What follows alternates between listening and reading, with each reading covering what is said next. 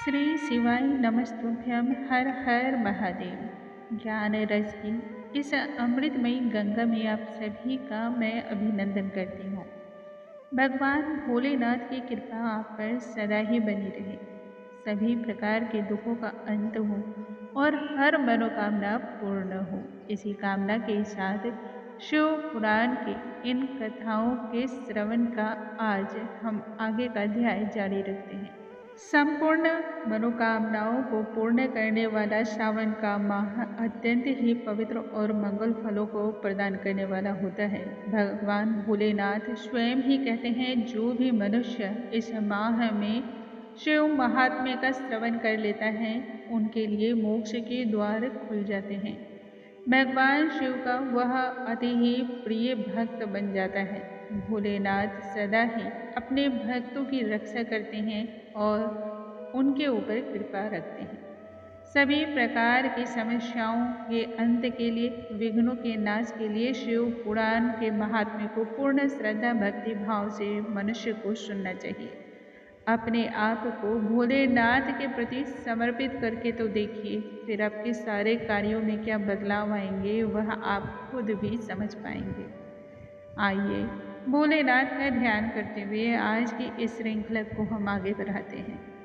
बोलो जय शिव शंभु, जय भोलेनाथ। ऋषियों ने पुनः सूत जी से पूछा कि हे महाज्ञानी प्रभु, आप हमें ओम अक्षर तथा 6 लिंगों के साथ ही शिव भक्तों की पूजा का क्रम भी बतलाइए। तब सूत जी कहते हैं, वैसे तो इसका पूर्णतः वर्णन स्वयं शिव जी ही कर सकते हैं, परंतु शिव कृपा से मैं फिर भी इस विषय में बतलाता हूँ। ओम शब्द का अर्थ है भव सागर, जो इस सृष्टि को कहा गया है, उससे पार लगाने वाली नौका, तथा प्र से प्रकृति, इसलिए ओमकार को प्रणव कहा गया है। ओम को दूसरे रूप में इस प्रकार भी समझना चाहिए कि वह अपने भक्तों को नए ज्ञान एवं मोक्ष की ओर बलपूर्वक ले जाता है। प्रणव 2 प्रकार का है, सूक्ष्म तथा स्थूल। सूक्ष्म 1 अक्षर वाला तथा स्थूल 5 अक्षरों वाला होता है। इसका अर्थ है ओम को सूक्ष्म प्रणव तथा नमः शिवाय को स्थूल प्रणव ही समझना चाहिए। सूक्ष्म मंत्र जीवन मुक्त जीवात्मा के लिए है। मंत्र के द्वारा प्रणव जप की साधना स्वतः होती रहती है और शरीर के नष्ट होने पर वह शिव में ही विलीन हो जाता है। शिव के साथ यौगिक एकता को देने वाला यह मंत्र यदि 36 करोड़ बार जप कर लिया जाए तब वह यौगिक समागम को प्राप्त कराता है। सूक्ष्म प्रणव के 2 प्रकार बतलाए गए हैं, लघु एवं दीर्घ। आकार, उकार, मकार, बिंदु एवं नाद, ये सभी सूक्ष्म प्रणव कहे गए हैं। यह योगियों के हृदय में विराजते हैं तथा अ, उ, म को लघु प्रणव कहा गया है। अ शिव है, उ शक्ति तथा म मिलन है। जो समस्त पापों से मुक्ति चाहते हैं उन्हें यह जप करना चाहिए। आकाश, वायु, अग्नि, जल तथा पृथ्वी, ये 5 तत्व हैं तथा शब्द, स्पर्श, रूप, रस और गंध, ये प्रवृत्ति कहलाते हैं जो कामनाओं को पूर्ण करते हैं। लघु प्रणव सांसारिक धर्म में अग्रसर की ओर वृद्धि करते हैं तथा दीर्घ प्रणव उनसे उल्टा अर्थात कि विमुख करते हैं। प्रणव का प्रयोग कथन, उच्चारण, मंत्र, वेद के आरंभ में, दोनों संध्याओं की पूजा के काल में बिंदु तथा नाद के साथ ही करें। जो भक्त 9 करोड़ बार इसे जपता है वह इसे सिद्ध कर लेता है। 9 करोड़ के जप से पृथ्वी, जल, अग्नि, वायु एवं आकाश पर विजय की प्राप्ति होती है। ठीक इसी भांति 9 करोड़ के जप से गंध, रस, रूप, स्पर्श एवं शब्द पर विजय की प्राप्ति के साथ ही अहंकार भी इसके अधीनस्थ हो जाता है। 1008 प्रतिदिन के जप से शुद्धि, पवित्रता, कामनाओं की पूर्ति तथा 108 करोड़ बार ओम के जप से पूर्णतः जागृत चैतन्य को प्राप्त कर शुद्ध योगों में निपुणता आती है। इस तरह भक्त जीवन मुक्त हो जाता है। रहस्यमय समाधि में लीन रहकर शिव का ध्यान जप करने वाला साधक स्वयं शिव बन जाता है। अंग न्यास के द्वारा जप में रहने के साथ ही ऋषियों, अधिष्ठाता देवता तथा छंद का आवाहन अपने शरीर के विभिन्न अंगों पर विधि पूर्वक अंगुली रखकर करने से साधक ऋषि बनकर न्यास के संपूर्ण लाभों को प्राप्त करते हुए माताओं की कृपा का पात्र तथा 6 मार्गों की प्राप्ति भी उसे हो जाती है। क्रिया, तप और जप योग के आधार पर शिव योगी 3 तरह के हैं: क्रिया योगी, तपो योगी तथा जप योगी। धन, वैभव तथा शारीरिक क्रिया द्वारा पूजा करने वाले को क्रिया योगी कहा गया है। सीमित भोजन तथा इंद्रियों को वश में रखकर पूजा करने वाले को तपो योगी एवं शुद्ध भक्ति भाव से दोष रहित होकर की गई उपासना जप योगी कहा जाता है। शुद्ध होकर अर्थात कि पाप दोष से रहित शिव पूजा 16 सेवाओं के द्वारा वंदना से आरंभ होकर के सालोक्य को प्राप्त करता है। सूत जी जप योग के विषय में आगे कहते हैं कि तप द्वारा अपने आप को शुद्धि देने वाला शिव के पंचाक्षर मंत्र नमः शिवाय मंत्र का जाप सदैव करने से सर्व अभिलाषित वस्तुओं की प्राप्ति हो जाती है। जप के लिए गुरु दीक्षा प्राप्त करके शांत, स्थिर चित्त और शुक्ल पक्ष की चतुर्दशी से आरंभ करके कृष्ण पक्ष की चतुर्दशी पर समाप्त करना चाहिए। माघ और भाद्रपद माह सर्वश्रेष्ठ है। जप करने वाले को एक वक्त का संयमी भोजन और इंद्रियों पर वश रखना अवश्य ही चाहिए। इस तरह नियम पालन करते हुए 1000 बार के जप से ऋण मुक्ति और 5 लाख के जप से मंगल फलों की प्राप्ति हो जाती है। जप के दौरान शिव का ध्यान साधक इस प्रकार से करे। मंगल फलों को प्रदान करने वाले शिव कमल पर विराजमान है। गंगा तथा चंद्रमा से सुशोभित उनकी जटाएं हैं। अपनी बाईं भुजा पर शक्ति को विराजमान कर गणों के विशाल समूह से घिरे वर मुद्रा को धारण करते हैं। पूर्व मुख बैठकर भक्तों को मानसिक ध्यान करने के बाद ही पंचाक्षर मंत्र का जप करना चाहिए। जप की समाप्ति कृष्ण पक्ष की चतुर्दशी को करते हुए 12,000 पंचाक्षर मंत्र जप के बाद 5 श्रेष्ठ ब्राह्मण दंपति को शिव का स्वरूप मानते हुए पूजा आरंभ करें। पूजा की पूर्णता के लिए बलि देकर गाय के घी के द्वारा 10, 100 या 1000 बार आहुति अग्नि में प्रदान करें। पूजा पूर्ण होने पर ब्राह्मण को गाय, बैल दक्षिणा स्वरूप में दें। ब्राह्मणों के चरण धोकर उसे अपने माथे से लगाने से 36 करोड़ तीर्थों में स्नान का पुण्य प्राप्त हो जाता है। ठीक इसी तरह गुरु पत्नी को शक्ति मान करके उनकी पूजा करें। इसके बाद अन्न, वस्त्र, पूरे पकवान, रुद्राक्ष इत्यादि उन्हें प्रदान करें। इस तरह से की गई शिव पूजा भूतल से लेकर के सत्यलोक तक 14 भुवनों पर अर्थात विभिन्न लोकों में संपत्ति तथा समृद्धि प्राप्त कराने वाली होती है। अनुष्ठान पूर्णता से पूर्व ही मृत्यु हो जाने पर पुनः जन्म होता है और वह इस अनुष्ठान को पूर्ण करके समस्त लोक के सुख ऐश्वर्य को भोगता है। 5 लाख बार जप करने वाले को ब्रह्मत्व का लाभ तथा 10 लाख के जप की पूर्णता पर ब्रह्मत्व से एकाकार अर्थात उसी में विलीन हो जाता है। इस तरह उसे सृष्टि के प्रलय काल तक भोगों अभिलाषित वस्तु की प्राप्ति होती रहती है। अगले कल्प में वह ब्रह्मा पुत्र के रूप में जन्म पाते हुए अंतः मुक्ति को प्राप्त होता है। पाताल से लेकर सत्यलोक तक को ब्रह्मालोक कहा गया है। सत्यलोक से आगे क्षमालोक है जो 14 भुवन से युक्त है। वे सब भगवान विष्णु के अधीन हैं और उससे ऊपर 28 भुवन हैं जो शुचि लोक है। कैलाश लोक में संहार करता शिव विराजमान है एवं आगे अहिंसा लोक के 56 भुवन हैं। इसी का आश्रय लेकर के ज्ञान कैलाश स्थित है। अंत में काल चक्र है और कालतीत नामक स्थान है जो काल की जानकारी से भी परे है। यह मृत्यु के देवता शिव द्वारा समर्थित और चंद्रकेश्वर नाम के साथ काल को जोड़ता है। इस दौरान वह भैंसे के रूप में धर्म को प्रतिपादित करता है। काले रंग का यह भैंसा विशाल तथा नास्तिकता दुर्संगति से युक्त होता है। उसके नीचे कर्म माया और ज्ञान माया है, जो लक्ष्मी के रूप में जानी जाती है क्योंकि माया से सीधा संबंध है, और ज्ञान माया ज्ञान के द्वारा आनंद प्रदान करती है। बिंदु के ऊपर नित्य आनंद और उसके नीचे क्षण भंग गूढ़ता है। इच्छा से कर्म करने वाले को बिंदु के नीचे रखा गया है। निष्कामना या यूं कहें कि कामना से रहित पूजा सर्वश्रेष्ठ होती है तथा गर्भ की पूजा निम्न कोटि की होती है। शिव उपासना में तत्पर भक्त उससे ऊपर के लोकों में जाते हैं। नीचे जीव कोटि तथा ऊपर ईश्वर कोटि है। पूजा करने वाले बिंदु से आगे चले जाते हैं तथा शक्ति लिंग उस बिंदु के नीचे है, परंतु शिवलिंग उससे परे है। बाह्य लिंग नीचे तथा आंतरिक लिंग परे है। बिंदु के नीचे 112 शक्ति लोक हैं। बिंदु रूप उस बिंदु के नीचे तथा नाद रूप उससे भी परे है।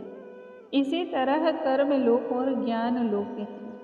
ज्ञान लोक में प्रवेश तभी तक है जब अहंकार और मद चूर हो जाता है।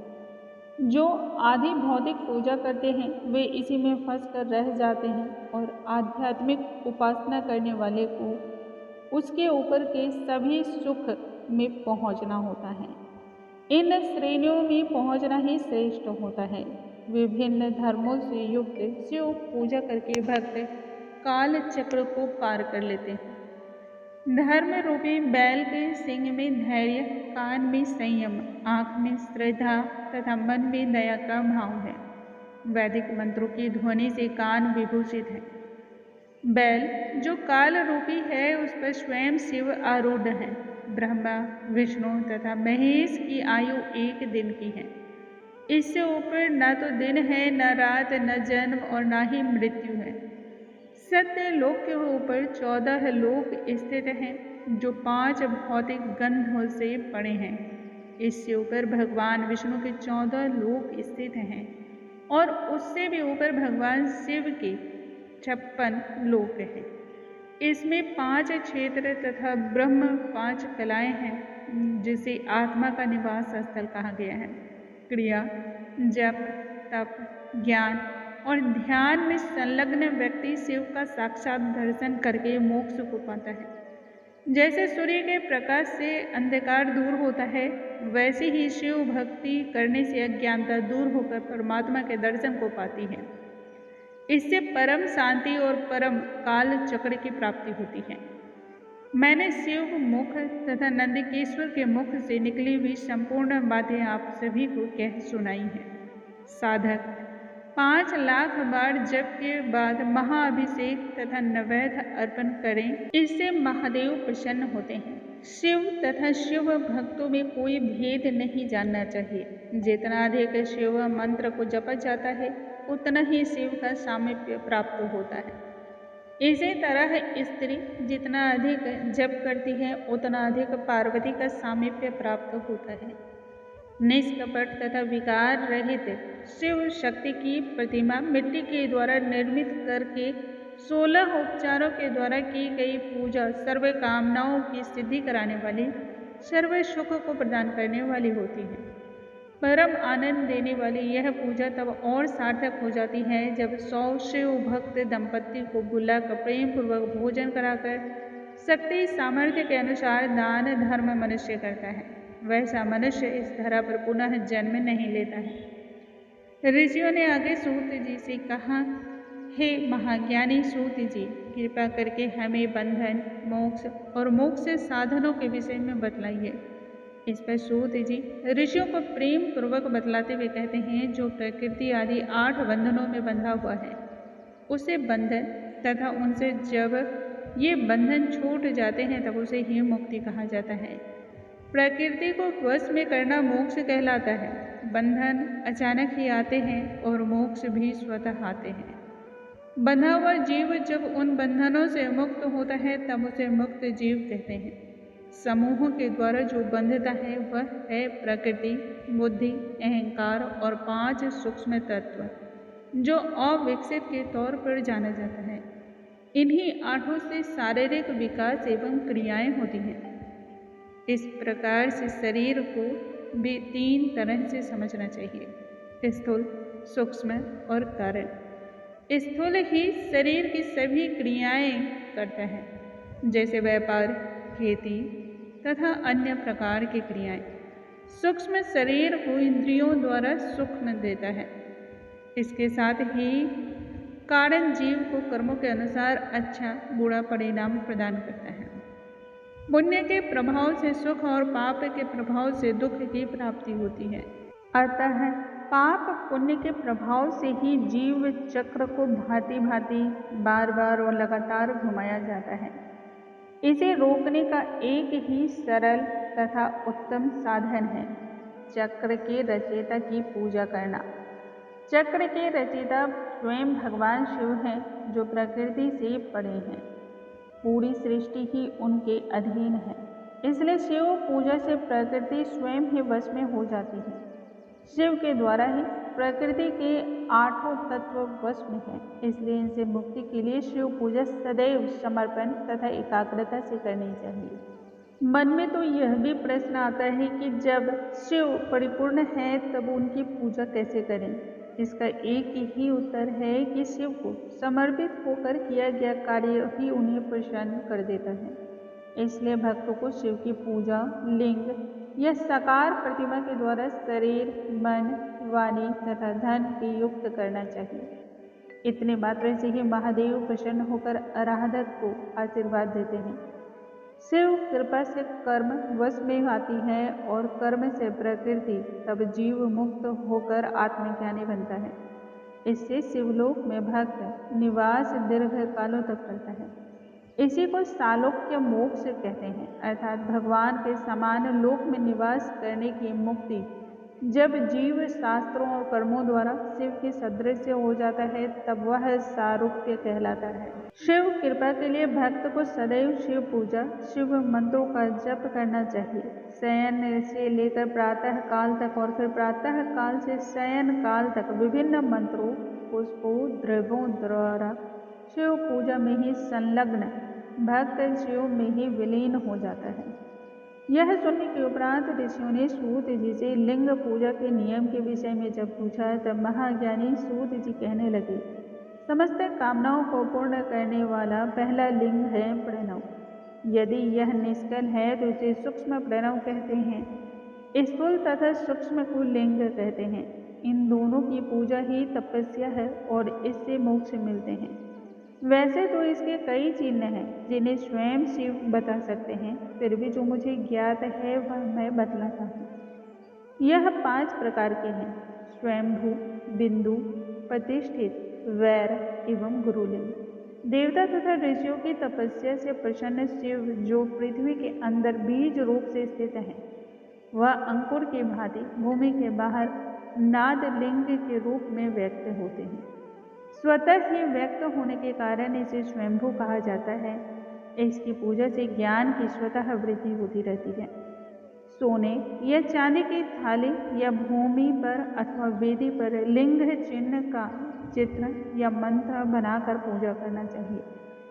इसमें शिव का आवाहन करते हुए उनका दर्शन भी भावना के द्वारा संभव है। भक्त जिस भी अवस्था या वस्तु पर उन्हें अनुभव करते हैं, वह उसी के माध्यम से भक्त को लाभ प्रदान करते हैं।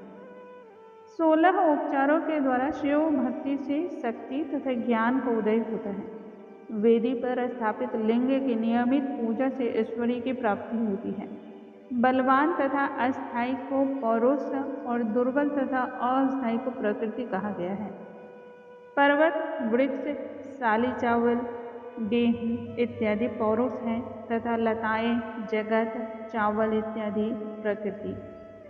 चर लिंगों में रस लिंग को प्राथमिकता दी गई है, जो ब्राह्मणों को अभीष्ट वस्तुएं प्रदान करती हैं।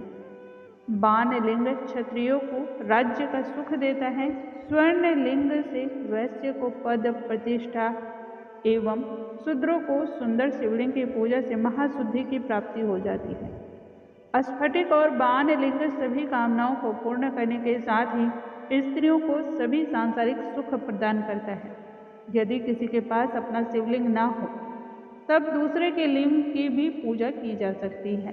पार्थिव शिवलिंग की पूजा विशेषकर सुहागनों को और विधवाओं को स्फटिक के शिवलिंग की पूजा की प्रधानता देनी चाहिए, परंतु विरक्त विधवा को रसलिंग की पूजा श्रेष्ठ फल प्रदान करती है।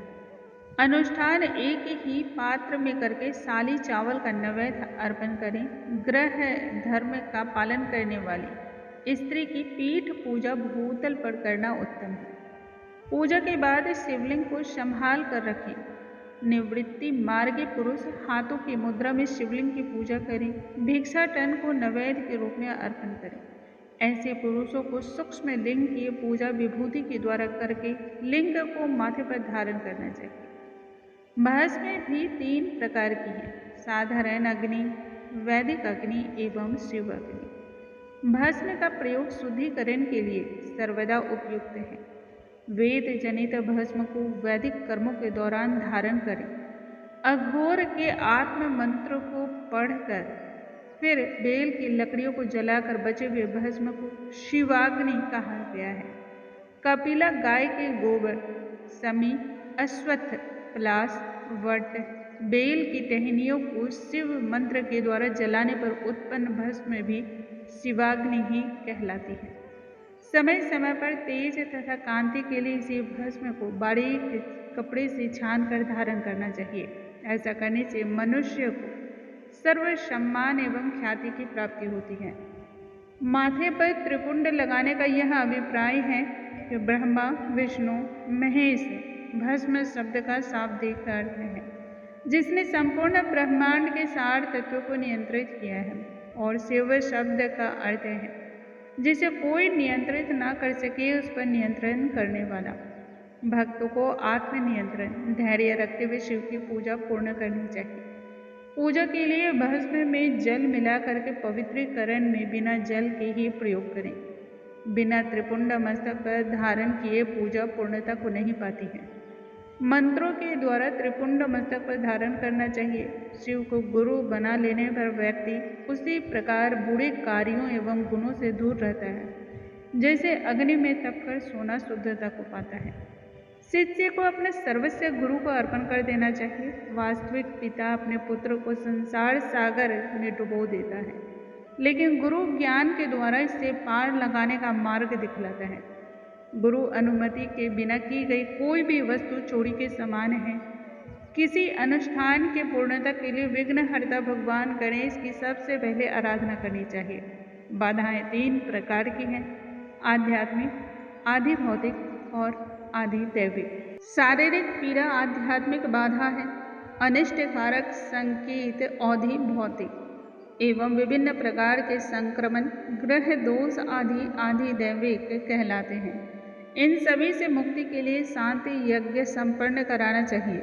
बुरे प्रभाव को समाप्त करने के लिए समी लकड़ी के द्वारा हवन करें और आजीविका प्राप्ति के लिए पलाश वृक्ष की। दीर्घायु के लिए तिल के बीजों का दान करते हुए यथासंभव ब्राह्मण दंपति को प्रसन्न करें। प्रत्येक फागुन माह में इस पूजा से अनिष्ट और अपशकुन समाप्त होते हैं। धन के अभाव में व्यक्ति देवताओं के निमित्त दीप दान करे। यदि यह भी असंभव हो तब सूर्य देव का मंत्र बोलते हुए उन्हें नमस्कार करें। शिव को भोजन पान अर्पण करके परिक्रमा करने से सारे पाप नष्ट हो जाते हैं। परिक्रमा भक्तों को सदैव ही आधी ही करनी चाहिए। पूजा करने वाला साधक मौन रहे एवं सत्य धर्म से अर्जित धन को ही पूजा में लगावे। सूत जी कहते हैं कि इस महात्म्य को पढ़ने, सुनने एवं किसी दूसरे को सुनाने मात्र से ही शिव भक्ति बढ़ती है, उत्कृष्ट ज्ञान की प्राप्ति होती है। बोलो भगवान भोलेनाथ की जय। जय शिव शंभू, जय श्री महाकाल। दोस्तों, आज की इस कथा को हम यहीं पर समाप्त करते हैं। कल के वीडियो में हम आगे की कथाओं के साथ पुनः मिलेंगे। तब तक आप सभी स्वस्थ रहें, भोलेनाथ की कृपा पर सदा बनी रहे। नमस्कार दोस्तों, ओम नमः शिवाय।